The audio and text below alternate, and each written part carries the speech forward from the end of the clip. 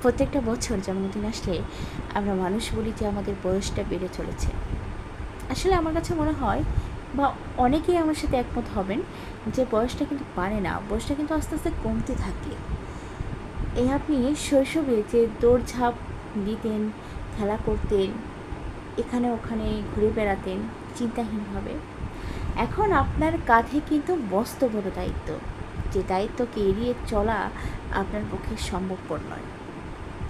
এই যে বয়স কমার ব্যাপারটা, বয়স কমার সাথে সাথে আপনি আপনার সৌন্দর্য হারিয়ে ফেলবেন, আপনার নিজেকে ছোট মনে হবে, আপনাকে গুরুত্বহীন মনে হবে। কেননা একজন টকবকে যুবক বা যুবতীর যে মর্যাদা, সেটা কিন্তু একজন বৃদ্ধ বা বৃদ্ধাকে আমরা কখনোই দিয়ে থাকি না, তাদের কিন্তু অবহেলা করে থাকি।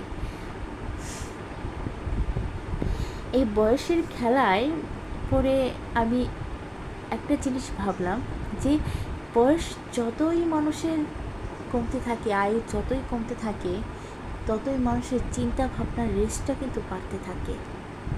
শৈশবে আপনার কোনো চিন্তা ভাবনা ছিল না, আর এখন এক গাদা চিন্তা ভাবনা নিয়ে অঘরে ঘুমান, সকালবেলা চিন্তা করেন।